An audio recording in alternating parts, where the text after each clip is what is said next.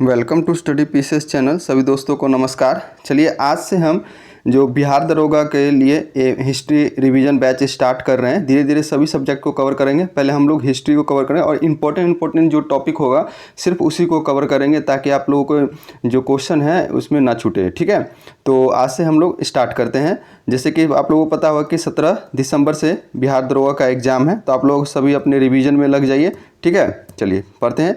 तो Gandhian phase करते हैं, यानी कि गांधी युग की बात करते हैं। 1916 से लेकर 1947 तक में जो भी इंपॉर्टेंट चीज़ें एक्टिविटी हुई है उन सभी चीज़ों को हम लोग कवर करेंगे। तो पहला है महात्मा गांधी के बारे में जान लेते कि क्या थे। तो महात्मा गांधी का पूरा नाम था मोहनदास करमचंद गांधी। कहाँ पर जन्म हुआ था इनका? तो पोरबंदर में, गुजरात में 2 अक्टूबर 1869 को जन्म हुआ था। ठीक है, he study law in England.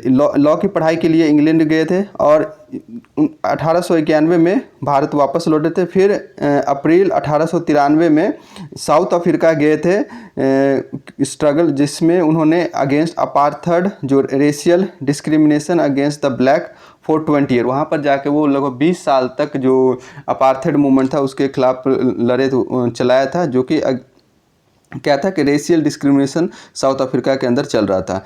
Finally वो 1915 के अंदर भारत लौटे और नेशनल मूवमेंट के अंदर लग गए। ठीक है, चलिए नेक्स्ट चलते हैं। नेक्स्ट है, उसके बाद आए तो वो पहले 1 साल तक तो पूरा जो गोपाल कृष्ण गोखले के कहने पे, गोपाल कृष्ण गोखले जो कि उनके पॉलिटिकल गुरु थे, क्या थे? पॉलिटिकल गुरु थे। उनके कहने पे वो पूरे साल देश का भ्रमण किया, अलग अलग जगह, और परिस्थितियों वगैरह को जाना। और उसके बाद पहला जो है चंपारण सत्याग्रह। चंपारण सत्याग्रह 1917 में हुआ था। ये कहाँ पर हुआ था? बिहार के ज़िले के अंदर हुआ था। ये फर्स्ट सिविल डिसओबीडियंस मूवमेंट था। क्या था? First civil disobedience movement. अब ऐसे पूछ ले कि सिविल डिसओबीडियंस का मतलब क्या है? सिविल डिसओबीडियंस का मतलब होता है कि आपने जो कानून या लॉ बनाया है वो सही नहीं है, ह्यूमन के लिए सही नहीं है, स्टेट के लिए सही नहीं है, तो उसको हम लोग विनम्रतापूर्वक उसका हम लोग अवहेलना करते हैं। तो इसी को कहते हैं सिविल डिसओबीडियंस मूवमेंट। ये डिसओबीडियंस किसी चीज़ को मानने से इनकार करना। गांधी जी जो राजकुमार शुक्ल है उनके रिक्वेस्ट पर जो इंडिगो प्लांटर जो थे बिहार के, उनको सुनने के लिए गए बिहार। ठीक है, जहाँ पर 3 कठिया सिस्टम प्रेजेंट था। ठीक है, 3 कठिया पद्धति जो लागू थी, जिसका मतलब होता है कि एक जैसे बिहार के अंदर एक जो 20 कट्ठा जो ज़मीन होता है, 20 कट्ठा ज़मीन को जो 1 एकड़ ज़मीन कहा जाता है। तो ये जो 20 कट्ठे ज़मीन में से 3/20 भाग जो है उस पर नील की खेती करना अनिवार्य कर दिया था और ज़बरदस्ती एक खेती करवाया जाता था और फोर्स टू सेल, और उनको एक मिनिमम प्राइस में सेल करने के लिए मजबूर किया जाता था। तो इसी के खिलाफ राजकुमार शुक्ल जी ने गांधी जी से शिकायत किया और वो उसकी बात को सुनने के लिए वहाँ पर पहुँचे थे। ठीक है, और गांधी जी जब आए तो एक मूवमेंट चलाया और 3 कठिया सिस्टम को ख़त्म किया। ठीक है, और ये first battle of civil disobedience movement था इंडिया के अंदर। और ऑल इंडिया लेवल पर जो गांधी जी की पहचान हुई थी, तो यही इसी मूवमेंट से इनको पहचान मिली थी। ठीक है, चलिए नेक्स्ट है। अगला है अहमदाबाद मिल स्ट्राइक। अहमदाबाद मिल स्ट्राइक जो है 1918 के अंदर हुआ था। ये फर्स्ट हंगर स्ट्राइक था। किसका? तो गांधी जी का फर्स्ट हंगर स्ट्राइक था। ये मैटर क्या था? तो ये जो डिस्प्यूट था मिल ऑनर और अहमदाबाद और वर्कर के बीच में, उसे सेटल करने के किया गया था। गांधी जी जो वर्कर की डिमांड थी कि 35% जो है इनके वेजेस को इंक्रीज़ किया जाए। ठीक है, तो लास्ट में जब हुआ तो वर्कर जो मिल ऑनर थे वो 35% रिजर्वेशन नहीं 35% जो इंक्रीमेंट के लिए राजी हुए और ये मूवमेंट खत्म हुआ। तो पहला चंपारण सत्याग्रह, दूसरा खेड़ा सत्याग्रह। चंपारण, खेड़ा। ठीक है, उसके बाद आता है अहमदाबाद। ठीक है, अहमदाबाद है केक, याद रखिएगा, केक से। अगला है खेड़ा सत्याग्रह। खेड़ा सत्याग्रह जो है वो भी 1918 के अंदर हुआ था। ये फर्स्ट नॉन कोऑपरेशन मूवमेंट था। क्या है? First non cooperation. जो चंपारण सत्याग्रह था फर्स्ट सिविल डिसोबीडियंस मूवमेंट था। अहमदाबाद मिल स्ट्राइक जो कहा था पहला हंगर स्ट्राइक था। और खेड़ा सत्याग्रह जो है ये पहला नॉन कोऑपरेशन मूवमेंट था। ये हुआ था कि ड्राउट आपके जो सूखे की स्थिति आ गई थी 1918 के अंदर, जिसके कारण जो खेड़ा जो डिस्ट्रिक्ट है वहाँ पर जो क्रॉप वगैरह है वो फेल हो गए थे। तो अकॉर्डिंग टू रेवेन्यू कोड के कहा गया था कि अगर यील्ड का 1/4 से नॉर्मल से कम अगर पैदावार होती है तो रिमिशन दिया जाएगा। बट इस चीज़ को रिफ्यूज़ कर दिया ग्रांट देने से जो अथॉरिटी थी उन्होंने, तो इसी के खिलाफ में जो स्टार्ट किया गया था ये खेड़ा सत्याग्रह। और सरदार पटेल और Indulal Yagnik become the Gandhian follower. इसी के दौरान जो इंदुलाल याग्निक है और सरदार पटेल जो है वो गांधी जी के फॉलोअर बन गए थे। ठीक है, तो आप देखिए इन दो चीज़ों में कन्फ्यूजन होता है कि पहले खेड़ा हुआ था या पहले अहमदाबाद होता है। याद रखिएगा केक, केक से याद रखिएगा, चंपारण, अहमदाबाद, खेड़ा। ठीक है, ये तीनों सीक्वेंस में कई बार पूछ लेते हैं कि इन दोनों का सीक्वेंसन ऑर्डर लगाइए, नेशनल मूवमेंट का सीक्वेंस में बताइए। ठीक है, नेक्स्ट आता है रॉलेट एक्ट।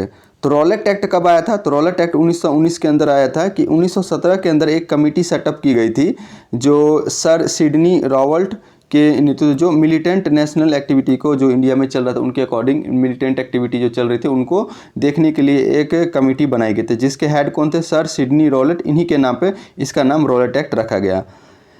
रॉलेट एक्ट के पास होने पे जो पास हुआ था मार्च 1900 by central legislative council. Case कब पास किया गया था? इस रिपोर्ट के बेसिस पे रॉलेट एक्ट पास किया गया था 1919 के अंदर। जो भी पर्सन है उनको सस्पेंशन के आधार पर अरेस्ट किया जा सकता था, ना कोई वकील ना दलील, ऐसा भी इस कानून के बारे में कहा जाता है। तो ये चीज़ ध्यान रखिएगा। नो अपील और petition could be filled against such arrest. अगर आपको कोई अरेस्ट कर ले तो ना तो आप पिटीशन फिल कर सकते हैं ना अपील कर सकते हैं। This act was called black act and it was widely oppose. कि इस सब को अपोज किया गया था, इसको ब्लैक एक्ट के नाम से भी जाना जाता है। ऑल इंडिया हड़ताल बस ऑर्गेनाइज। 6 अप्रैल 1929 को ऑल इंडिया जो हड़ताल है ऑर्गेनाइज किया गया था। दो इम्पोर्टेंट लीडर जो थे पंजाब के, कौन? तो डॉक्टर सत्यपाल मलिक और डॉक्टर सैफुद्दीन किचलू, ये अरेस्ट कर लिए गए थे अमृतसर के अंदर। क्या ये अरेस्ट हो गए थे अमृतसर के अंदर? ठीक है, उसके बाद जो हुआ जलियांवाला बाग मैसेकर। क्या जलियांवाला बाग जो नरसंहार हुआ था कब? 13 अप्रैल 1929 को। कब? तो बैसाखी के दिन में। तो यहाँ पर क्या हुआ था कि जो रॉलेट एक्ट के जो अनप्रेसिडेंटेड सपोर्ट थे पंजाब के अंदर, तो उसके अगेंस्ट में ये जो एक मीटिंग चल रही थी। तो facing violence situation government of Punjab जो एडमिनिस्ट्रेशन जो है एक अथॉरिटी जनरल डायर के अथॉरिटी के अंदर दे दिया था। और 13 अप्रैल जो है 1919 को जो बैसाखी के दिन हार्वेस्टर फेस्टिवल जब मनाया जाता है पंजाब के अंदर, तो जलियांवाला नाम एक जगह है।